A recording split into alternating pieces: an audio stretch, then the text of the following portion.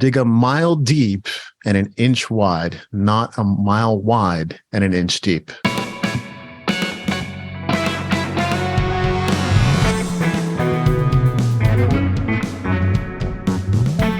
You're listening to the New Music Industry with David Andrew Weeb.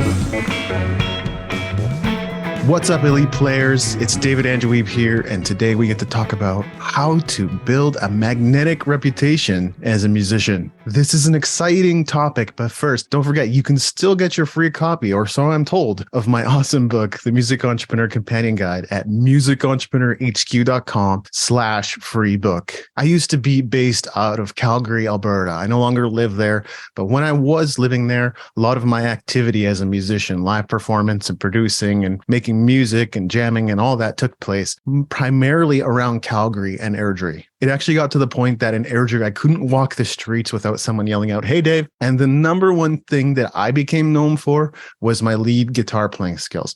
Now, let's keep in mind, I can do a lot of other stuff. I can play rhythm guitar. I can play bass. I can play ukulele. I can play a little bit of mandolin. I can play a little bit of keyboards. I can produce music. I can compose music. I can mix and master and engineer and edit music. But if I had spent a lot of time promoting all those other skills, the product would have become diluted. And pretty soon people would have been confused about what it is that I offer as a musician. So I decided the best thing that I could do, instead of telling people about all the other things that I could provide them in terms of graphics and websites and writing and blogging, that I would primarily focus on, hey, I'm a guitarist and I can play lead on your songs, whether it's live or in the studio, which is what I ended up doing. So before I knew it, I was a pretty in-demand session guitarist in Calgary and area. If you're great at writing songs and that's something that you want to become known for and you could see yourself doing long-term, then it would be best to position yourself primarily as a songwriter.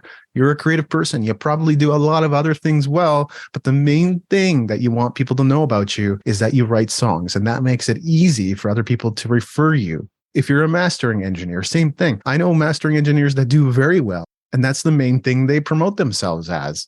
They can do a lot of other things well, of course, but they primarily share the fact that they are mastering engineers so that they can get more mastering gigs. Now, I get it. We're really creative people and we like to do a lot of different things and we might have a lot of different skills, but think long term. In the long run, once you become known for one thing, you can diversify and start sharing all the other things that you can offer and you can do for people. But until then, it's best to stay focused on becoming known in your network and beyond for just one thing. And that will help you get established faster in the specific area that you want to excel and provide services in. Dig a mile deep and an inch wide, not a mile wide and an inch deep.